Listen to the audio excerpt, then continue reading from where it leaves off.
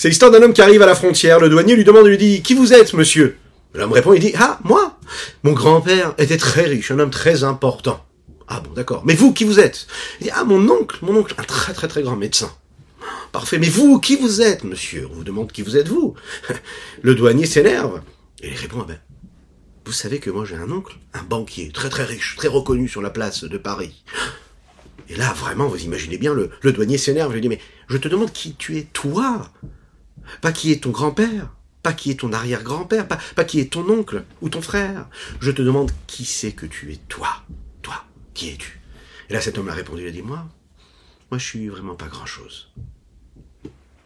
Qui on est? Qui on est? Qui sommes-nous, véritablement? Nous allons commencer aujourd'hui le Tanya, le Admor HaZaken, cette œuvre-là qui nous permettra de comprendre vraiment qui nous sommes. Nous l'avons dit dans l'introduction il y a 1 ou 2 jours. Le voyage, il commence maintenant, c'est le premier chapitre que nous allons étudier aujourd'hui, qui correspond au Tanya d'aujourd'hui et de demain, du Chav Bet Kislev de la Shana Pshuta, ainsi que le Chav Gimel Kislev de Shabbat Mevarchim, de cette année-là, Shana Pshuta, du Shabbat Parashat Vayeshev. Et on souhaite un très très grand Mazal Tov à Zouché Khalifa qui aujourd'hui célèbre sa bar mitzvah. On lui souhaite beaucoup de Mazal, qui sont un Chayal, Chassid, Iré, Shamaim, Velamdan, qui sont en bonne santé jusqu'à 120 ans dans tous les domaines matériels et spirituels. Juste après ces quelques notes de Nigun, on étudiera ce Tanya ensemble. N'oubliez pas de le partager, de liker, de commenter sa publication, afin que nous soyons encore et toujours plus à étudier cette Sainte Torah. Et bien sûr, à faire venir Mashiach now, maintenant. Ay tererala, bayrerala, ya ya ya ya, tarerala, la tarerala, la ya ya ya, mayrerala, darerala, maya ya ya, ay dererala, la ya. Tararai tararai tararai dayo yana na na tararai tararai mo yana na na idan tarala yo mayan ya may tarala yo mayay tarala ya ya ya tarala ya tararai tararai mo yana na na mayay tararai ro rai rai rai tarala di da da da may tarala di da da may tarala la la Hoi da da ya ya, hi da da da da ya ya, hi da da da da. On va commencer tout de suite parce que le temps que nous avons est assez court aujourd'hui. Nous étudions les Unishmat Havi Mori Reb Reuven Ben Isser Alav Shalom Tanya Besof Perek Gimel Nida. Dans le Talmud il est dit comme ça. C'est un mot qui est rapporté au nom de Rav Shmal Hay, qui était un Amora. Et il dit comme ça, en fait, il faut dire qu'en fait, il y avait 2 Chachamim qui parlaient ici, et le fait qu'on nous ait dit ici Tania, ça veut dire aussi, quelque part, que ça peut parler aussi d'un Tana. Et aussi, il faut aussi savoir que Reb Shmal Hay, lui, c'était un Amora, et en fait, il faisait partie des Chachamim, des sages de la première génération, des Amoraïm que nous appelons. Et il y en a aussi qui ont été considérés comme des mots qui font partie des braïtot. Et donc une braïta, c'est un terme technique, hein, cela correspond à des tanaïm a priori. C'est la raison pour laquelle il est dit Tanya au début. Bon, mais qu'est-ce qu'on dit? Mashbi et moto, on le fait jurer. Avant que la neshama descende ici-bas dans le corps, on fait jurer à cette neshama, hein, on lui dit comme ça, Tei tzadik val tei racha. Première chose, soit tzadik et ne soit pas racha. Deuxième partie, même si tout le monde te dit tu es un tzaddik, eh bien considère-toi comme un rachat. Mais tzaddik lavin, il nous faut comprendre cela. Qu'est-ce que ça veut dire mashbi'im? On lui fait jurer. Diatnan, il est dit comme ça dans la Mishnah, Avot Peregebet. Valti racha bifna smicha, ne te considère pas comme un rachat. Vegam, im, yebe nafki racha, yera levavo yatsev. Si tu te considères comme quelqu'un de mauvais, eh bien tu risques d'être triste. Et un homme qui se voit et qui se considère comme un rachat, eh bien, il arrive à une sensation de tristesse et de mélancolie négative qui fait qu'il va faire encore moins de ce qu'il devait faire. Et s'il fait moins de ce qu'il aurait dû faire, eh bien, on est très très embêté parce que, à cause de la tristesse, il fait moins de ce qu'il aurait vraiment dû faire. Il ne pourra plus servir Dieu dans la joie et l'allégresse, d'un autre côté. Et si vraiment, d'un autre côté, son cœur, réellement, hein, ça veut dire que pour lui, faire des avérotes, c'est pas quelque chose de grave, d'accord? Et que son cœur ne s'alourdisse pas du fait qu'il fasse des avérotes et qu'il se considère vraiment comme un tzaddik, dans ce cas-là, il va arriver à une forme de légèreté, que Dieu nous en préserve, et pour lui, ça ne va pas être un problème de faire une avéra, d'enfreindre la loi, de s'égarer de la bonne route. Il faut donc savoir. Il y a 5 distinctions qui sont données concernant un homme et sa pratique dans la Torah et des mitzvot. Tzadik vetovlo, tzadik veralo, rasha vetovlo, rasha veralo benoni. Le tzadik vetovlo, le tzadik veralo, rasha vetovlo, rasha veralo et le benoni dont nous allons parler. Vous vous rappelez que le Tanya est appelé Sefer Shel Benonim, le Sefer des Benonim. Mais qui est ce benoni dont nous parlons? Celui qui est intermédiaire entre le tzadik et le rasha. Véritablement, qu'est-ce que c'est cela? Achaïnian. Donc, Ufirchou Bagmara. Et dans la Gemara Brachot, on a expliqué Tzadik vetovlo, tzadik gamour, tzadik veralo, tzadik sheno gamour. Qui est tzadik vetovlo, dont le bon est avec lui? C'est celui qui est un tzadik parfait. Tzadik veralo, c'est un tzadik qui est enogamo, il n'est pas complet, pas total. Qu'est-ce que cela veut dire? On va découvrir ça ensemble. Ou Berehaya Memna dans le Zohar, qui est une partie du Zohar qui s'appelle Rehaya Memna, par Hachem Mishpatim, il est dit comme ça, Pirchou, on a expliqué. Tzadik veralo, pardon, Shahara Shebo Kafouf Letov, c'est-à-dire que le mal qui est en lui, d'accord, qui est en lui, il s'est soumis complètement au bien qui était en lui. On va comprendre aussi ce que cela veut dire. Bagmara se fait avec les brachot, Tzadik Mitzartov Shoftam, Cholé Rechaim, Mitzartov Shoftam. Beinonim Zevazé Shoftam, Vechule, Amarabak, Gonan Benuni, Amar Labaye, le Shavgimachai, le Chol Baria, Vechole, Vechule. Il est dit comme ça là-bas, que le Yetzerara, il est juge. C'est-à-dire quoi, les Rechaim? C'est-à-dire que c'est le Yetzerara qui les maîtrise. Il les apprivoise. Le Yetzertov, lui, apprivoise le Tzadik. Et puis le Benoni, c'est celui qui est géré par les deux, en fait. Parfois le Tzadik, parfois le Racha qui est en lui. C'est les deux. Yetzertov et Yetzerara. Vient Rabat. Rabat, il dit comme ça, hein, il dit Kegonana Benoni. Vous voulez savoir ce que c'est un Benoni? C'est moi. Imaginez Rabat, qui est un Tana de la Mishnah, il se considère comme un Benoni. Si lui il se considère comme un Benoni, alors qui nous sommes, nous? Abaye, qui est lui,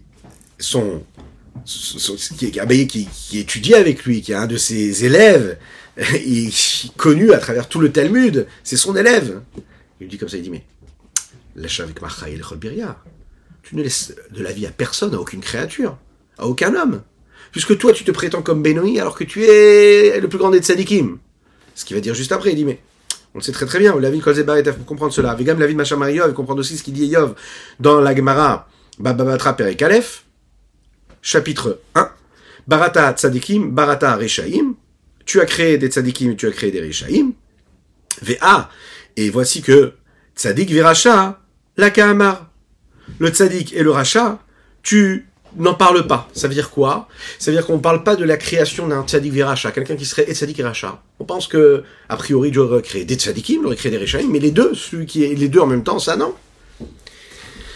Puis quand même la vie de Maoud Badregade Benoni, il nous faut aussi comprendre qu'est-ce que c'est vraiment, véritablement, le niveau du Benoni. Qu'est-ce que c'est un Benoni?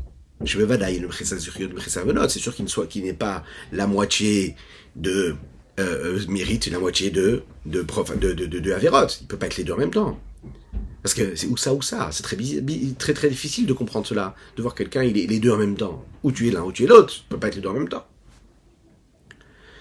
Comment est-ce qu'on peut dire que Rabat s'est trompé entre guillemets et de dire que lui il se considère comme un Benoni? Mais on sait que c'est un tzaddik. Fenoda, dès la passik pour m'émigir ça. On dit que Rabat, lui, il ne s'arrêtait jamais d'étudier la Torah. À tel point il ne s'arrêtait jamais d'étudier la Torah qu'on sait qu'un homme qui ne s'arrête jamais d'étudier la Torah, eh bien le Malach HaMavet, l'ange de l'inverse de la vie, ne peut jamais venir lui ôter la vie. Pourquoi? Parce qu'il étudie la Torah. S'il étudie la Torah, il est en connexion directe avec la vitalité, avec l'infini du Saint béni soit-il. Donc il ne peut pas disparaître. Rabat, lui, ne s'arrêtait jamais. À tel point que l'ange de l'inverse de la vie ne pouvait pas lui retirer la vie. Alors lui, il se prétend comme Benoni. Il n'y a pas de mal en lui, c'est un tzaddik. On continue. D'un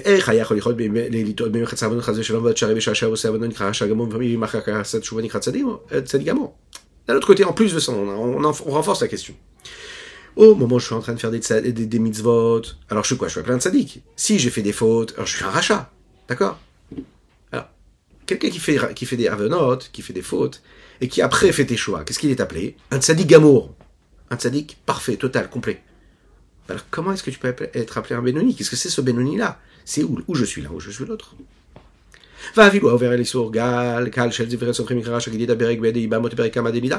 Et même celui qui fait des petits égarements, ça veut dire qu'il y a un petit interdit, et hop, il passe dessus. D'accord? Il n'enfreint pas des grands interdits qui nous paraissent à nos yeux grands. Il pense que les petites choses à droite à gauche comme ça, il fait pas vraiment attention. Il est quand même appelé un rachat, vous imaginez? Un homme, par exemple, il peut devenir rachat non pas parce qu'il a fait quelque chose, non pas parce qu'il a manqué quelque chose, mais parce qu'il est resté passif face à quelqu'un qui était en train de se comporter pas comme il fallait, et il ne lui a rien dit.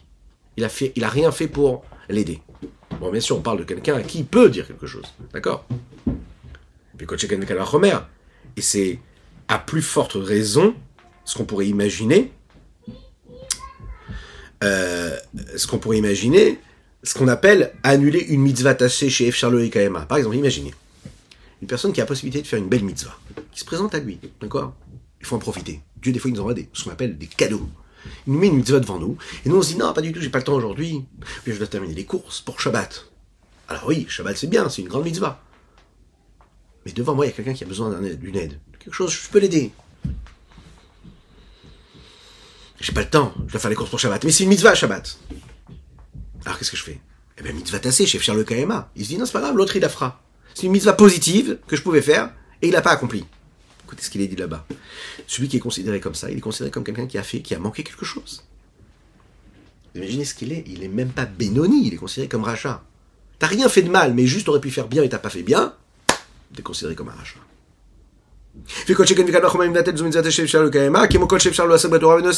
Et comment on sait qu'en fait, on est tous dans cette situation-là? Ça fait très très peur, ce Tania. Il va nous rassurer, ne vous inquiétez pas. Tout ce qui a la possibilité d'étudier la Torah, il n'étudie pas. Ça veut dire, chaque seconde depuis que nous sommes nés, particulièrement quand on devient Bar Mitzvah et que le Yetzer Tov est arrivé en nous, chaque fois qu'on a la possibilité d'étudier la Torah, et qu'on n'étudie pas la Torah, on passe complètement de l'autre côté. On n'est pas du tout tzaddik, on est complètement l'inverse du tzaddik, Chas v'Shalom. Mais ça nous arrive tous les jours, à chaque moment de notre vie. J'ai la possibilité d'étudier la Torah, je n'étudie pas. Bon, parfois on a une bonne excuse, mais parfois c'est juste de la perte de temps. On n'a rien fait de mal, juste on est resté comme ça à attendre. Alav Darshurazal, qui devra Hashem Bazar. Ikaret Tikaret, il dit comme ça dans le traité Sanhedrin et dans le pasouk de Bamidbar.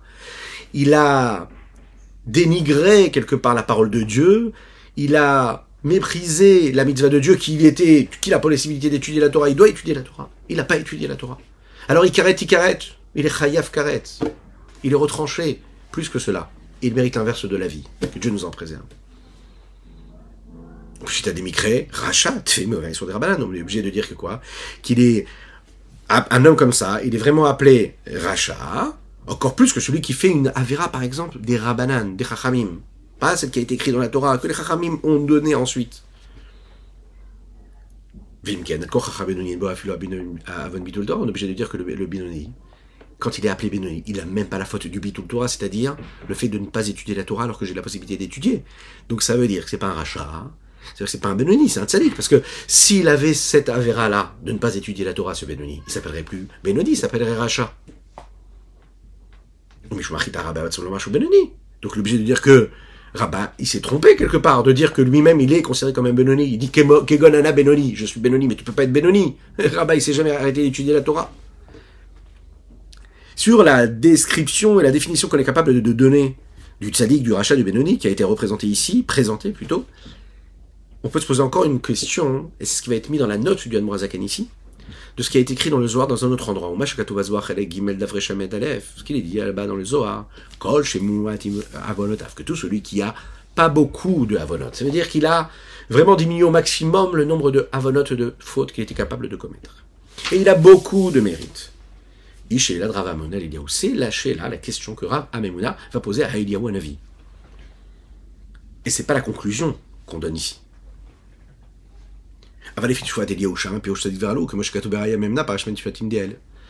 Mais selon la réponse d'Eliyahu, l'explication de Tzadik Verlo, c'est un petit peu comme ce que nous avons dit dans le Parashat Re'aya Memna, dans la Parashat Mishpatim, c'était dans la partie du Zohar qui explique la Parashat Mishpatim, que le Tzadik Verlo, c'est pas un homme qui a une majorité de mitzvot et une petite quantité de averot, mais en fait c'est la description essentielle qu'on est capable de donner d'un autre homme dont le mal serait complètement soumis au bien qui est en lui. Néanmoins, Shivim Panim la Torah. Il faut savoir qu'il y a 70 façons d'expliquer la Torah. Il va d'Arminan Balma. Et Mechetza, est-ce qu'on a l'habitude de dire en général que celui qui est moitié de mérite et moitié de faute, Mikre Benoni, il est appelé quelqu'un de Benoni. Verov Zerion Mikre Tzadik. Et la description qu'on donne de l'essence d'un homme qui est appelé Tzadik parce qu'il a une majorité de mérite. Ou Shema Moshe Inyan Sachar Veonej. C'est un nom qui est emprunté au sujet du salaire et de la récompense. Les Fichini donne Acharobo, Mikre Tzadik Benino. Machar chez Zochebanin. Puisqu'il est en majorité Tzadik parce qu'il a une majorité de mérite, donc son salaire, il sera bien sûr beaucoup plus présent. Et c'est lui qui tranchera, qui permettra de conclure dans ce jugement, on va dire, entre les deux. Bah oui, il a plus de mérite, donc on ira plus du côté des mérites, puisqu'on en a plus. Par contre, par rapport à la description et au nom, et la façon que l'on a de nommer la personne, en fonction de ce qu'elle est véritablement, pas un nom comme ça qu'on emprunte pour dire, voilà, lui c'est un grand homme. Une appellation qu'on nomme. Ah, ça a l'air d'être un tzaddik. Non, véritablement, le tzaddik, vraiment dans ce qu'il a de plus pur. Pas juste la façon avec laquelle on les nomme. Là, à ce moment-là, Amoura Botenou Zichronen Dvarach, les Chachamim, ils disent, dans la Gemara Brachot, tzaddikim tzertov shoftan. Les tzaddikim, il n'y a que le Yitzhara Tov qui est là. Pourquoi? Chez Neymar, Veli Bichalal Bekirbi, David Melech, il dit comme ça dans les Teilim, et mon cœur a laissé un espace vide. Dans le cœur, nous avons deux côtés, le côté droit et le côté gauche. Dans le côté droit, il y a tout ce qu'il y a de positif, l'âme divine. Dans le côté gauche, il y a l'inverse, le mauvais penchant, l'âme animale. Vient David Amelach, il dit, ça y est, j'ai tellement subi dans cette vie-là, j'ai tellement fait des chouvas, que Veli Bichalal Bekirbi. Qu'est-ce qu'ils disent les textes chez En Lo Yetzerara, qui a Ragobeta Anit? Le cœur, qui est le lieu de résidence du Yetzerara, du mauvais penchant, c'est l'endroit où il y a le désir, le sentiment, la volonté d'être attaché au monde et à tout ce qu'il m'offre. Il est vide, il n'y a plus rien. J'en ai plus envie. Je suis même pas dans une frustration. C'est pas que j'y vois quelque chose de mauvais. Je ne vois même pas quelque chose de mauvais parce qu'en fait, la chose mauvaise n'existe pas à mes yeux. J'ai même pas plus besoin de combattre. Je ne la vois même pas. Avouez que c'est quand même beaucoup plus facile de vivre avec une vie dans laquelle on n'a pas de frustration, où tout va dans le sens qu'il faut. David Amelach, lui, a tellement bien combattu le mal qu'à un moment, son cœur ne désire même pas quelque chose qu'il ne devrait pas désirer. Plus de combat, plus de frustration. Il a laissé un espace vide. Avalkol, Michel Oïgel, Madrigazou, tout ce qui n'est pas arrivé à ce niveau-là, même si ses mérites sont beaucoup plus grands que ses fautes, et Nobemalat Madrigat Sadiklal, il n'est pas du tout au niveau du Sadik. La reine Amoura Zalba Midrasha, raison pour laquelle les Chachamim disent dans le Midrash. Raha Kadosh Baruch Betzadikim Shehem Muatim. Il a vu à Kadosh Baruch dans les Tzadikim qu'ils étaient peu nombreux. Amadou Shtanah Bechol Devador, ou les Frukomashkatou et Tzadik Sesodolam, il a décidé de l'en faire venir dans chaque génération afin de faire tenir le monde. Comme il est dit, Tzadik et Sodolam. Le Tzadik, c'est la base, c'est les fondements, les fondations même du monde. Là, on va rentrer un petit peu plus dans le vif du sujet et comprendre qu'est-ce que ça veut dire tzaddik, qu'est-ce que ça veut dire rachat, et qu'est-ce qui nous sommes, nous, hommes simples. De quelle façon on peut se rapprocher de cela? Il va le dire. Pour cela, il rapporte ce que le dit le Rabbi Chaim Vital, qui est l'élève direct du Arizal, alors Yitzhak Luria. Zichrono Livracha Beshar Agdusha, dans ce livre-là, dans cette page-là, qui concerne le Shar Agdusha, mais aussi, dans la parenthèse, il le dit, Be'etzraim Sharnun Perek Bet, ou bien dans le livre qui s'appelle le Etzraim, d'Ilchol Ish Israël, dans chaque juif. Echad Tzadik ve'echad Racha, qui soit un Tzadik ou qui soit un Racha, Yeshte les Shamot. Il y a deux âmes. Urdirtiv, comme il est dit, Unshamot Ani Asiti. Le prophète Ishaïa le dit dans le texte, Unshamot Ani Asiti. Il parle de Dieu qui a fait quoi? Des âmes, que lui, il projette réellement tout ce qu'il peut réaliser pour le peuple juif à travers ces deux âmes, au pluriel. Quelles sont ces deux âmes? C'est la première fois que ça arrive. On n'est pas censé savoir que nous avons deux âmes. On pense qu'on n'en a qu'une. Shenshte Nefashot. Il y a deux âmes. Ça veut dire qu'en fait, un homme va pouvoir vivre avec ces deux âmes-là. Nefesh la première, Nefesh, c'est l'âme, c'est-à-dire sa vitalité qui vient de l'écorce et de ce que nous appelons l'autre côté, c'est-à-dire l'inverse de la Gdusha, ce qu'on appelle Sitra Achara. Tout ce qui n'est pas de la sainteté, c'est l'inverse de la sainteté, c'est l'autre côté. Cette Neshama-là, cette Nefesh Abamit, on va l'appeler comme ça, cette âme animale, cette âme vitale qui est en nous. Hein. Eh bien, elle, c'est une âme qui vient du côté de l'impureté, de l'inverse de la sainteté. Celle qui s'habille dans le sang de l'homme afin de faire vivre son corps. Au rédirtif, qui n'est fait Shabassar, Badami, comme il est dit dans le texte, que l'âme vitale naturelle, celle qui donne la vie à l'homme, dans sa globalité naturelle et physique, mais aussi spirituelle, donc matérielle et spirituelle, c'est cette âme qui s'habille dans le corps de l'homme à travers la vitalité qu'on peut retrouver dans ce sang qui oxygène tous les membres du corps.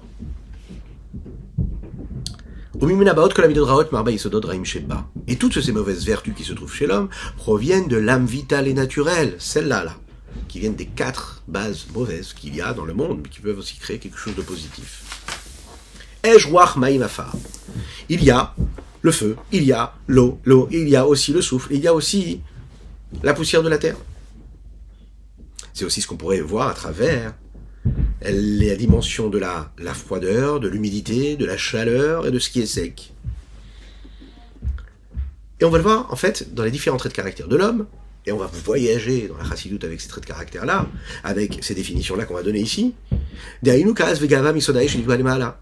va prendre par exemple les traits de caractère qui se définissent à travers la colère, à travers l'orgueil, etc. Nikbalemala, quelqu'un qui est orgueilleux, il gonfle, il va vers le haut, il s'élève, comme le feu qui a tendance à vouloir toujours monter vers le haut parce que sa source, elle est là-haut. On sait que tout ce que nous consommons, tout ce qui appelle au plaisir et au désir dans ce monde-là, au plaisir de ce monde que ce monde nous offre, vous le savez très très bien, il y a toujours un petit peu d'eau. Toujours ce son-là de l'eau qui arrive comme ça, de ces vagues qui échouent sur la plage, de cette petite eau qu'il peut y avoir dans les aliments qui font que cet aliment-là va nous donner envie d'être consommé. Maïm, cette base-là. Et puis, sans parler de tout ce qu'il y a, le plaisir, ça peut être même spirituel, toute cette notion-là est dans ce principe même de cette eau-là. Donc ça fait référence aussi également aux forces de la bonté, aux forces de l'amour, etc., etc. Ça peut être aussi très positif. Maintenant, quand on parle maintenant de ces mauvaises vertus, il y a aussi, vous savez, le fait de se moquer, le fait de ricaner, le fait de perdre du temps, d'avoir des paroles futiles, banales. Ça vient du rouar, du vent. Voilà, du vent. Comme on le disait, on peut regarder le plus beau des ballons, ok? Ça nous paraît être un ballon qui a été gonflé. Maintenant, ça nous paraît comme un ballon, mais il a été gonflé d'air. Et en fait, cet air-là, c'est quoi? C'est du vent. Il donne quand même l'aspect du ballon que l'on a.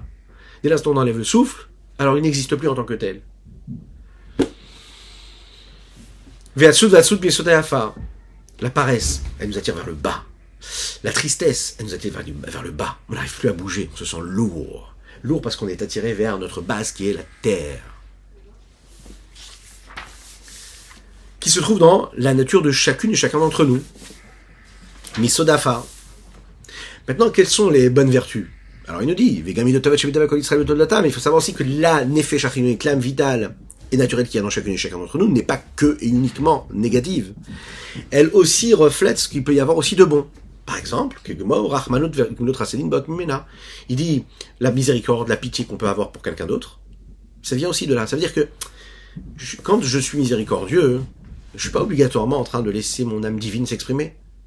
Je suis peut-être en train de laisser exprimer mon âme animale, mon âme vitale. En effet, je suis pas obligé d'avoir cette âme divine en exergue et qui reflète et vivre dans la sainteté pour être miséricordieux. Il y a des gens qui ont beaucoup de pitié pour les autres et qui ne sont pas spécialement dans la sainteté et la pureté. Donc ce sont des vertus qui existent et qui proviennent de quelle âme? De l'âme, ce que nous appelle l'âme naturelle, cette âme animale. C'est celle qui va être entre les deux, en fait, cette nefesh-là, qui n'est pas animale complètement, mais qui est vitale, et qui, elle, va chercher ses sources. Dans l'écorce de Noga, Noga, c'est quoi? C'est une forme de clarté qui peut cacher ce qui ne l'est pas. À savoir, c'est une énergie qui est neutre, je consomme un fruit, il est cachère, qu'est-ce que je vais faire avec l'énergie? Si j'utilise l'énergie que ce fruit-là m'a donnée pour faire une mitzvah, alors à ce moment-là, je me sanctifie. Si j'utilise une énergie pour quelque chose qui n'est pas une mitzvah, eh bien alors à ce moment-là, je fais tomber ces énergies-là et ces lumières dans les sources de l'impureté. Donc chaque chose de permise peut avoir aussi une dimension de sainteté ou d'inverse. Et d'où cela vient? De cet arbre de la connaissance que nous connaissons bien, qui est à la base de notre histoire, l'histoire de l'homme, ici-bas sur Terre. L'arbre de la connaissance, c'est le symbole, l'étendard de ce que nous appelons la klipat noga. C'est le mélange entre le bien et le mal, le mélange entre la lumière et l'obscurité. Je mange de l'arbre de la connaissance, et donc je perds l'équilibre du monde. Il y avait un équilibre entre le bien et le mal. L'homme consomme cette fruit-là, de ce que nous appelons l'arbre de la connaissance, le Etz Da'at. Eh bien, il est en train de créer quelque chose, un mélange, dans lequel il y aura un conflit qui ne va jamais cesser, jusqu'à la venue de Mashiach, à savoir entre le bien et le mal, puisque nous n'avons pas donné et laissé la place au bien d'un côté et au mal de l'autre, on a tout mélangé. On ne sait plus où on habite, on ne sait plus qui on est. Et on se retrouve dans ce flou, dans ce brouillard de l'existence, qui fait que nous ne savons pas vraiment ce que nous faisons parfois. On peut faire ça, on peut faire complètement quelque chose d'inverse. parce qu'on est dans le mélange. On a oublié les distinctions. Et les distinctions sont importantes. Ce qui est permis est permis, ce qui est interdit est interdit. Il ne faut pas être rigide, mais il faut être sérieux.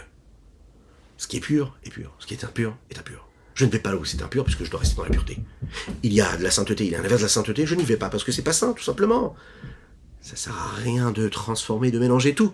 Chaque fois qu'on mélange tout dans notre vie de tous les jours, on est en train de se rapprocher de la Hatzad Ha'at, qui est le mélange entre le bien et le mal.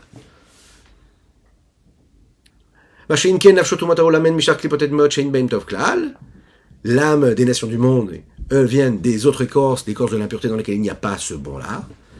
Comme il est dit, parfois un homme peut faire du bien, mais tout ce qu'il fait comme bien, il le fait pour son bien à lui. Alors, je peux faire un geste de bonté, mais pourquoi je le fais? Si je le fais pour moi.